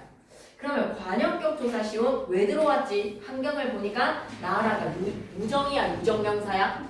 무정명사라서 이제 그런 걸 알아보면 돼. 나라가 무정명사니까 나라의 말씀에서의 시옷이 관역격 조사 시옷이 들어왔구나. 이런 거 이제 알아봐야 돼. 말싸미에서 알 수 있는 특징 하나 더. 이어적기를 있어. 말싸 플러스 주격조사 이가 왔으면 이어적기를 한 거야. 굳이 적지 않아도 돼. 왜냐면 이 프린트가 너무 좋아서 191페이지에 다 적혀져 있거든. 그래서 지금 말로만 하고 넘어갈게. 아니면 귀찮으면 이렇게 쫙 펼쳐도 되지 뭐. 이렇게 펼쳐서 왔다리 갔다리 하는 거야. 나랑 말싸미에서는 이어적기 하나 있고 또 말씀이라는 명사를 생각했을 때 뜻이 축소야 이동이야 확대야. 말씀이라는 어휘의 뜻을 생각했을 때 축소된 단어야, 뜻이 이동된 단어야, 확대된 단어야.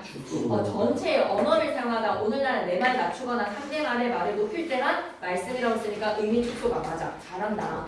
둥기계라고 했을 때 둥기를 통해서는 무조건 뭘 언급하면 돼? 중국이 아니라 둥기라고 적은 거는 동국정원식 한자어라고 그래. 한자어들은 전부 다 동국정원식 한자어라고 생각하면 돼. 그리고 앞에 본문에서 안 나온 거. 둥기계에서의 애에다가 별표 한번 쳐봐. 애에다가 별표. 애가 좀 전에는 뭐로 배웠지? 애가 아까 개념들 정리할 때는 문법 파트에서 조사의 애는 초소부사격 조사를 배웠어. 애는 일단 음성이고 아이의 애가 양성이고 얘가 오면 이 모음 뒤에는 얘 초소부사격 조사 3개를 배웠는데 둥기계에서의 애는 초소부사격 조사가 아니라 비교부사격 조사야. 중국과라는 와가로 해석할 수 있는 비교부사격 조사가 중세 때는 애로 쓰였다는 거야. 중기계에서의 애가 해주는 역할이 뭐다? 비교부사격 조사라는 걸 알아야 돼. 중기계에서의 애가 뭐라고? 비교부사격 조사. 달아는 달라니까 그냥 지나갈게. 문자어라고 했을 때 장에다가 동그라미 한번 쳐주시고 이거 뭐라고 생각해야 된다고? 한자어들은 전부 다 뭐다? 형식적인 이응이 들어와 있네. 한자어들은 전부 다 뭐라고 생각했으면 좋겠어? 고마워. 문자어로 설에다가 동그라미. 서르를 통해서 알 수 있는 중세국어의 특징 한번 생각해보자. 지금 현대국어에서는 서르가 뭐로 해석되지? 서로. 그럼 우리는 서로로 쓰는데 이때 당시에는 서르는 그만큼 좀 모음조화를 신경을 썼던 거야. 어랑 으랑 밑에다 모음조화. 사마띠에다가 별표 한번 쳐줘. 사마띠가 훈민정음 창제 직후에서는 아까 사마띠의 시옷 옆에다가 뭐라고? 동성자리에 치읓이 올 수 있었는데 시옷으로 교체를 했지. 이로써 알 수 있는 중세국어의 특징은 무엇이다? 팔종성법인 거야. 사마띠 밑에다가는 치가 시옷으로 팔종성. 이건 좀 나은 거야. 사마띠의 팔종성의 시험에 나와. 그리고 사마지가 아니라 사마디 하는 순간 이때 당시에서는 어떤 문법의 발음 원칙이 적용되지 않았다. 발음을 할 때 사마지가 아니라 사마디 하는 이유는 국외음화가 적용이 되지 않았던 시기이기 때문이다. 사마띠는 국외음화가 아니 된 거야. 아니 할세에서 리을세를 좀 묶어볼래? 리을세는 종속적인 연결어미로 뭐뭐 하기 때문이야. 리을세는 뭐뭐 하기 때문에. 대장님. 그러면 191페이지 가봐. 방금 했던 거. 나는 무정명사에다가 시옷은 관형격 조사라는 거 기억해놓고 말씀이 의미 속수의 단어로서 말씀에서 주격조사 이가 와서 이어적기를 했고 각자 명소가 있다라고 하면 이 말도 틀리지 않았네요. 다 끄덕끄덕 되는 부분이죠. 중기계에서는 동국정식 한자음에 중기계에서의 애가 비교부사격 조사라는 거 진짜 강조해야 돼. 와가로 해석하는 중국과 같다 다르다의 비교부사격 조사로 뭐를 사용하고 있다? 애를 사용하는 거야. 이거 좀 중요해. 비교부사격 조사 애를 기억해놓고 애는 또 별표 하나 쳐놓을까? 달라는 이런 것까지는 아마 시험 문제 안 내셨을 거 아니야. 리을 이응에 우리는 달라의 리을로 활용해야 되지. 다르다에다가 아가 오면 르가 리을로 바뀌어서 달라로 활용을 하잖아. 근데 중세 때는 달라의 리을 이응 활용인데 이건 안 나올 것 같아.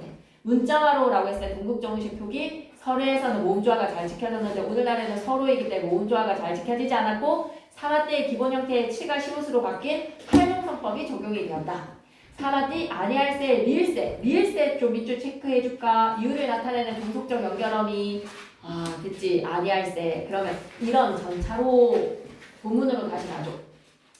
이런 전차로라고 했을 때 전차에다가 동그라미 기차 전차 아닌가 알겠지? 사라진 사멸의 어미로 까닭을 나타내는 어미 전차가 있었다는 거야. 이런 까닭으로의 전차가 무슨 뜻이다? 이런 까닭으로 어린애다가 별표 치시고 어린은 나이가 적다가 아니라 무슨 뜻이었다? 어리석은 백성이 이에다가 동그라미 이런 게 이제 주격조사인 거야. 백성이라는 한자와 대이가 주격조사. 이르고저가 아니라 니르고저가 된다는 것은 이때 당시에 발음에 무슨 원칙이 적용이 되지 않은 걸까?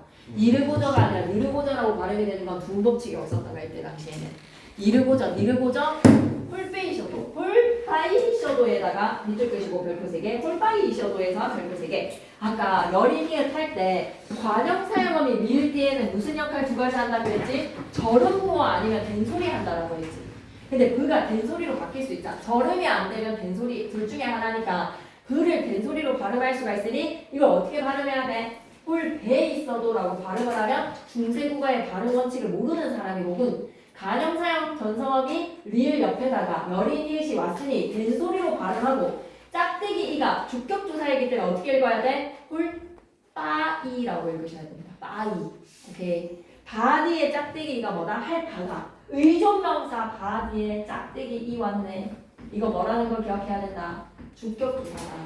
배가 아니라 바이다. 바이. 주격조사 이가 왔습니다. 나옵니다. 바디의 짝대기는 뭐다? 주격조사다. 바이 있어도 마침내 제 뜨들에다가 밑줄 끄시고 어두장구 뜻 뒤에 목적격 조사 을이 와서 이어졌게 했다는 거 알 수 있겠어? 싫어, 시, 편이, 구기은은 안 됐네. 못, 할. 간형사형 전성어미 미을 뒤에 열인 히읗 오면 된소리 부호 아니면 절음 부호라고 했어. 못, 할. 이럴 때 열인 히읗은 니은을 된소리로 바꿀 수가 없어. 그럼 절음 부호인 거야. 못, 할. 노미. 노미에다가 자그맣게 별표. 노미라는 명사 뒤에 이가 주격조사로서 이어졌게 됐고 한이라는 무슨 뜻으로 생각해야 된다? 많다. 다 왔다. 40분 되면 나 진짜 더 이상 하지 않을게. 다시 191페이지 와봐봐. 이런 전차로 하면 전차가 까다. 어린은 어리석다는 거 기억해놓고 백성에서 이가 주격조사라는 거 기억해놓고 니르고저에서는 존법칙 안 됐다라는 거 기억해줘. 존법칙 적용 X에다가 밑줄. 그 다음에 할바이서도에서 여린 이릇이 관형사용 전성어미 리을 뒤에 있으면 뒤에를 예사소리를 된소리로 바꿀 수 있다면 된소리 부호야. 그래서 어떻게 읽어야 된다? 이거 틀렸어. 홀페이셔도라고 읽으면 안 돼. 홀바이셔도야. 이는 짝대기가 주격조사이기 때문에 바이라고 읽어야 돼. 바이. 그래서 주격조사 이결합에다가 밑줄. 마침내 제 뜨들이라고 했을 때 뜨들 어두잠도 쓰였지. 목적격 조사 을이 와서 이어졌게 한 거 알아볼 수 있겠어? 싫어, 능히, 편이, 구기음은 안 됐어. 못 헐 이라고 했을 때 열이 히읗이 왔다 이러면 뭐다? 절음 보호야. 못 헐 노미. 노미에서 몸에다가 동그라미 일반적인 사람을 나타내는 촉소의 단어 주격조사 이가 왔네. 알 수 있니? 한이라 하면 무슨 뜻이라고? 많다. 그럼 옆에다 좀 적어놔 줄래? 힘들지? 예. 짝대기 아래하가 끄어지면 이게 오늘날에 뭐가 되고? 하다. 그리고 사면어휘로 하다는 형용사의 많다 크다 사면어휘가 되고 아래하가 서른절의 아로 바뀌어지면서 하다가 된 겁니다. 많은 놈이 한이라까지 됐지? 오케이. 또 계속 본문에서 네라고 하면 네 뒤에 주격조사 생략일까? 네 뒤에 짝대기가 생략이 된 걸까? 아니면 나다하기 짝대기일까?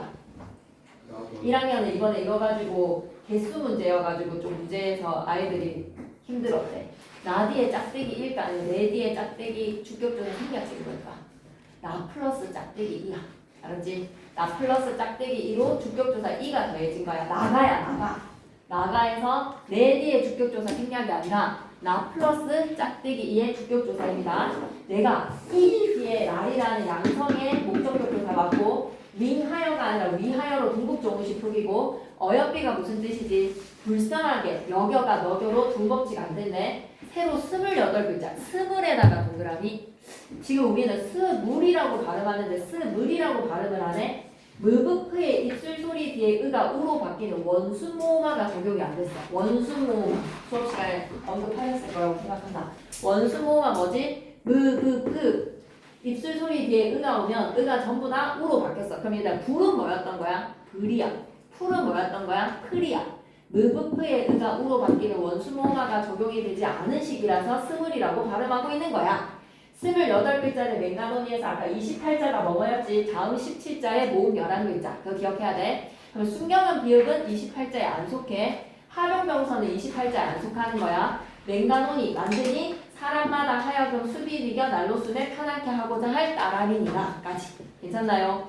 그러면 본문으로 다시 와서 마무리만 좀 지을게. 진짜 딱 20분만 참자. 20분이나 남았어. 이렇게 진도를 많이 뺐는데 20분이나 남았어. 이거 하면 중생고가 끝이야, 주인아. 문제 다 풀 수 있어. 그래서 이번 주에는 집에 가서 이것만 다 풀어오면 돼. 알았지? 그리고 문학 관련해서 나가는 거 문제 풀고 있으면 되고, 실전 학습 나가면 다시 만들어서 나갈 거고. 이것만 놓치지 말고, 이민호쌤 범위는 그렇게 어렵지 않아. 이민호쌤 거는 금방 할 수 있어. 자, 그러면 191페이지로 계속 갈게. 논의 한이라에서 뇌를 어떻게 생각해야 된다고? 나아가기 짝대기 1을 강조하고 싶어. 위하여는 동국정식 표기고, 그리고 어여삐는 불쌍하다라는 뜻으로 의미가 이동이 되었고, 너결하는 거에서 둔법칙이 적용이 안 됐고, 새로 스물에서 스물을 기억해도 원수모음화가 안 된 거야. 맹단원이 사람마다 하여금 수비리가 난로순에 수매에다가 별표 3개, 옆에다 수능 특강 출제라고 적어줘. 수능 특강 아까 쌤이 쪽수 보여줬지? 세종화된 국민정음 수매가 나왔어. 하지만 이병철 쌤은 설명을 안 하셨는 건지 필기가 안 되어 있는 건지 모르겠지만 없어. 그냥 하실 거야 아마. 그거 본문 하시면서 수매에다가 별표 편하게 하고자 할 따라빈이라 뒤에는 그냥 그러려니 하면 돼. 그리고 편하게 하고자 할도 열이 뒤에시 오면 절은 보호가 되면 되지. 왜냐면 뒤에가 이미 된 소리니까. 이미 된 소리니까 된 소리 보호가 아니라 절은 보호가 되어서 헐 따라빈이라 하면 돼. 이제 마지막으로 필기는 수매야. 이거 수매 설명이 끝나고 나면 여러분은 이제 이 뒤에 있는 문제들을 전부 다 풀어줘야 되는데 194랑 195에 농비어 첨가랑 소학원에도 분명히 이거 본문 가지고 시험 문제 낼 수 있거든. 그래서 이거를 좀 언급하는 거는 다음 시간에 이어갈게. 칠판을 한번 잘 봐봐. 이건 진짜 시험에 나온다. 1학년들도 이번 시험에 이게 나왔어. 자, 봐봐. 이것만 좀 잘하고 가자. 어디에다가 멋들어지게 적어볼까? 문법적 측면이거든. 아, 수매니까 여기다가 적어놓자. 수매랑 관련된 필기니까 여기다 적어놓자. 알았지? 옆에. 자, 그러면 큰 꿈을, 원대한 꿈은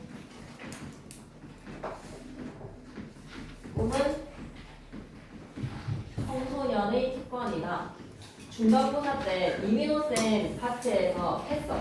원대한 꿈회사의 니은이 문법적 명칭이 어찌 되는고, 원대한 꿈을 꾸는 회사의 니은이 문법적 명칭이 무엇이었는고 얘기 좀 해줘. 원대한 꿈회사의 니은, 이 니은을 우리가 뭐라고 불러야 돼? 명사형 원대한 꿈, 꾸다에다가 꾸다라는 어근에 미음이라는 이 녀석을 붙여서 꿈이라는 명사로 아예 파생을 시켰어. 그럼 이름 다시 한 번 더 뭐라고? 명사형 접사라고 했지. 파생접사. 맞아. 명사형 접사. 자, 명사형 접사는 어떤 특징을 지니고 있었다? 아예 수술이었어. 그래서 꾸다라는 동사가 꿈이라는 명사로 수술을 거쳐서 앞자리가 바뀌는 거야. 성별이 바뀌는 거야. 품사가 바뀌는 거야. 꾸다라는 동사로 태어났지만 접사와의 결합을 통해 이제 꿈이라는 명사로 살아가는 거지. 이해돼? 접사가 해주는 역할, 품사가 바뀌었어. 그러면 두 번째, 원대한 꿈을 꾸다. 그것은 청소년의 특권이다. 원대한 꿈을 꾸다의 어미 다를 떼고 미음을 붙이는 순간 원대한 꿈이라는 주어 역할을 해주는 명사절이 만들어지지. 이럴 때 이 미음을 우리는 뭐라고 불렀다? 명사형 전성어미. 골치 아프네. 접사랑 전성어미랑 앞에 말이 모음으로 끝나면 미음이고 앞에 말이 자음으로 끝나면 음을 붙인다는 거에서 현대국어에서는 명사형 접사 두 가지의 의문문적 옆에 앞에 말이 모음으로 끝나면 미음이랑 앞에 말이 자음으로 끝나면 명사형 전성어미 앞에 말이 자음으로 끝나면 모음으로 끝나면 미음. 형태가 똑같아서 우리가 이게 시험 문제로 나왔잖아. 어떻게 구분해야겠다고? 품사의 성질이 사라졌어. 이제 동사의 성질이 사라지고 명사의 성질이 쓰이면 접사고, 원대한 꿈을 꾸다라는 서술성을 지니고 있으면 어미로서 문제에 접근을 했어야 됐지. 맞지? 이게 어려운 이유가 형태가 똑같기 때문에. 그런데 중세 때는 그걸 별로 걱정하지 않아도 돼. 중세 때는 접사랑 전성어미가 형태가 달랐어. 형태로 우리가 달리 결합시킬 수가 있었던 것이야. 좀 잘 들어줘 이것까지. 그러고 헤어지자. 명사형 전성어미 형태 분명히 언급하실 거야. 하시면 나한테 좀 얘기 좀 해줘. 명사형 전성어미랑 접사 얘기하셨어요? 라고 하면 진짜 시험에 나오니까 이건 꼭 좀 강조를 할 테니 총정리 때 양성일 때는 옴, 음성일 때는 옴. 앞에 말에 어간이 양성이면 명사형 전성어미 머리 붙이고 옴. 앞에 말이 어간이 음성이면 옴. 그리고 명사형 파생 접사 양성이면 아래야 찍어서 암. 음성이면 현대국어랑 동일하게 한번 붙여보자. 그러면 동사 쓰다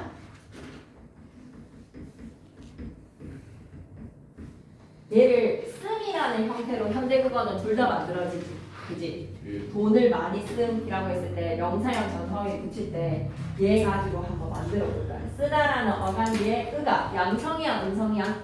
쓰다의 으는 양성이야 음성이야?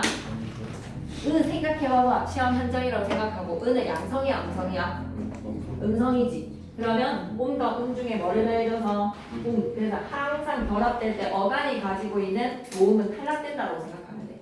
뒤에 어미의 결합에 모음을 가지고 온다고 생각해 주셔서 그럼 거기에다 조사를 붙인다라고 하면 아이의 애가 올까 어이의 애가 올까라고 하면 거기에다 어이의 애까지 와서 수매라는 형태가 되는 거야. 몸조화를 지켰던 거지. 수매 날로 수매 편하게 하고자 할 나라민이라 라고 했을 때 날로 수매에서의 숨은 쓰다에다가 명사형 전성이 꽁이 붙여지고 음성이니까 부사격조사도 뭐가 와서 애가 와서 이어잡기 하면 뭐가 된다고 수매라는 형태가 만들어지는 거야. 그럼 쓰다를 가지고 명사로 파생을 시키자. 명사로 파생을 시키면 어떻게 파생시키면 돼? 이제 옴과 음이 아니라 암과 중에서 쓰다에다가 뭐 더하면 되니? 더해서 뭐야? 씀이 되는 거야. 씀. 할 수 있겠어? 오케이. 접사랑 어미의 형태가 달랐다. 이걸 명심해 주시고 한 단어로 하나만 더 연습해 볼까요? 자다를 잠이라는 명사로 파생시키고 나 어제 진짜 많이 잠 12시간 잠이라고 했을 때 잠 명사형 어미로 만들어 볼까? 잠이라는 단어를 접사와 어미 두 가지로 결합시켜보면 자다에다가 미안해 잠이 올 게 아니라 동사 자다였었어야지 어미로 결합시키자. 양성이지. 옴이야 음이야? 옴 올게. 그러면 지가 갖고 있던 어간의 모음은 탈락시키고 나 어제 많이 좀 되는 거야. 자다가 좀이 되어버리네. 졸다의 좀은 아니야. 그리고 명사로 파생시키고 싶으면 자다에다 양성이니까 뭐가 오는 거야? 암이 와서 어떤 단어가 만들어진다? 암이 만들어지는 거야. 할 수 있겠어? 네. 너무 고맙게도 형태가 달랐으니까 어미는 옴과 접사는 암과 이 두 가지. 필기는 아직까지 안 해주셨지만 반드시 할 거라고 기대를 하거든요. 그리고 안 하실 분은 아니라는 생각이 드는데 하면 무조건 시험에 나옵니다. 지금까지 했던 내용 중에서 이명재 쌤이 설명하신 거에서 제일 중요한 거 종성 표기 원칙 8종성에서 7종성 이어쓰기 끊어적기의 개념 알아야 되는 거 자잘구질하게 다 알아야 되는데 특히 시험지에 무조건 있는 거는 조사를 양성에서의 이냐 짝대기이냐 생략이냐 목적격 조사에 알가 랄가 를가 랄 뭐 적을래 그리고 간역격 조사에 시옷 적을래 애 적을래 의 적을래 조사의 몸조화 하나 나오고 객체 높임의 서다나옴이 합작잡은 무조건 시험에 나온다. 오케이? 오케이. 세종어제 국민정은 이해가 됐으면 문제를 이제 풀어보시면 되고 194페이지 이것만 하고 해야지 안 되나? 10분 만에 할게. 야! 왜 안 하려고 하는데? 시험 기간이잖아. 야, 왜? 40분까지 하고 싶다라고. 용비어 청각까지만 하고 갈게. 사이 나빠지지 말자. 일단 진짜 이것만 딱 하자. 그냥 언젠가는 해야 돼. 다음 시간에 해야 되는데 지금 하는 게 낫다. 10분 하고 다시 헤어지자! 갈게. 용비어 청각. 용이 날아올라서 용비어 청각. 봐봐. 세동은 동쪽 바다가 우리나라야. 우리나라. 육룡이라고 해서 6마리 용이 세종대왕 입장에서 6대 조상님이야. 세종대왕 아버지 누구시지? 태조 이방원. 그 다음에 이방원 위에 누구시지? 이성계. 그 외에 목조, 익조, 도조, 한조까지 고조 할아버지, 고고조 할아버지 6대 조상님, 목조, 익조, 도조, 한조, 태조, 이성계, 그리고 태조 이방원까지 6마리의 용이 나라샤에다가 밑줄. 이걸 통해서 여러분이 중세국어 특징 뭐를 알아야 되지? 이어적기. 날다에다가 아샤니까 오케이. 날다다하게 아샤여서 이어적기인 거 인정해. 그리고 아가 생략된 것도 그래 끄덕끄덕 할게. 근데 샤를 통해서 알아야 되는 거 뭐다? 날다에다가 아시아에서 시가 주체 높임의 선어말 어미가 쓰였다는 걸 좀 알아봐야 돼. 오케이. 샤에다가 동그라미 주체 높임 선어말 어미네. 일마다 천복이시니 라고 했어요. 천복이시니 괜찮지? 고성의에서 이에다가 발표. 중기계에서의 에랑 똑같은 역할이야. 고성의에서의 이가 주격조사 이가 아니야. 고성의에서의 이는 뭐라고 생각해야 돼? 고성의에서의 이는 비교 부사격 조사야. 고성과 동부하다라고 하면 왜 깨진 걸 딱 맞추는 거에서의 동부인 거야. 같은 동자에 부합하다의 부자로 서로 딱 들어맞는다 해서의 동부하시니. 한마디로 야 우리 조선 쿠데타 아니다. 우리 할아버지께서 쿠데타를 일으킨 게 아니라 중국의 역사랑 딱 동거하다는 거에서 1000명으로 조선은 건국된 거야. 우리 쿠데타 아니야 라는 조선 건국의 정당성을 읊어주는 구절이네. 우리나라에 6마리의 용이 날아올라서 일마다 하늘의 복을 받았어. 그래서 중국의 선왕의 역사 고성과 동부한다. 딱 들어맞는다. 조선은 쿠데타 아니야. 조선 건국의 정당성을 밝힌다. 괜찮니 여기까지? 고성의에서의 이가 비교 부사격 조사라는 거 기억했으면 좋겠어. 제2장의 뿌리를 통해서 여러분이 알아줘야 되는 건 뭘까? 현대어 뜻풀이를 딱 보는 순간 뿌리, 가로 해석되어 있으니 뿌리 뒤에는 뭐가 생략됐다는 것을? 주격조사가 생략됐어. 뿌리 뒤에 짝대기가 생략된 주격조사 생략이야. 깊은을 통해서는 뭐를 알아봐야 되지? 이어적기를 알아봐야 되고. 남간과 바라대가 엄청난 곱이야. 남간에다가 동그라미 다 안 하고 남간만 설명하고 보낼게. 그러면 이걸로는 뇌를 많이 써야 되니까. 남간이랑 여름만 딱 설명하고 2개만 설명하고 보낼게. 알았지? 남간에다가 동그라미, 여름에다가 동그라미 2개만 하고 딱 가자. 봐봐. 설명할 게 많아. 남간에 단어 뜻을 보니까 명사가 뭐지? 남간에 해당하는 뜻풀이를 보니까 남간이 뭐였대? 중세국어에서는 나무였어.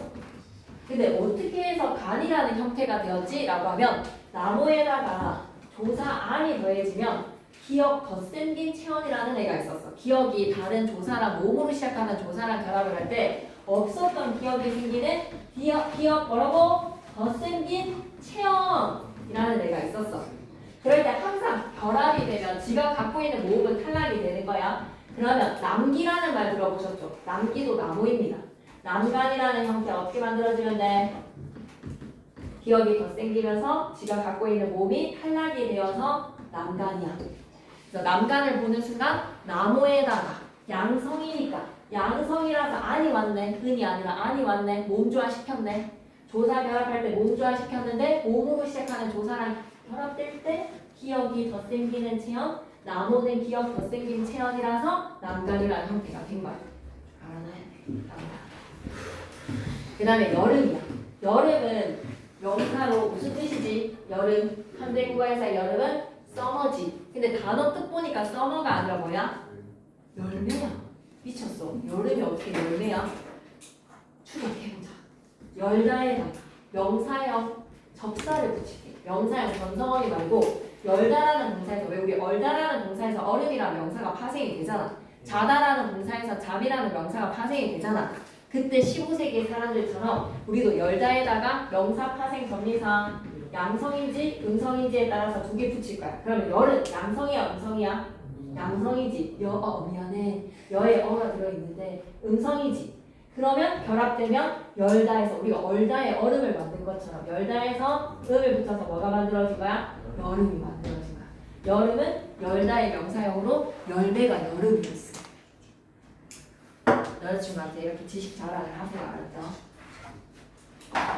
열다에다가 명사, 전미사, 응이 더해져서 여름, 명사로 열매였다. 이거 2가지 하고 다음 시간에 용비어 첨가하면서 넘어갈게. 알았지? 자, 오케이. 서로 사이좋게 지내자. 기말고사 때 기말고사까지 사이좋게 지내서 개별 시간 좀 잘 가지고 그러면 일요일에는 얘들아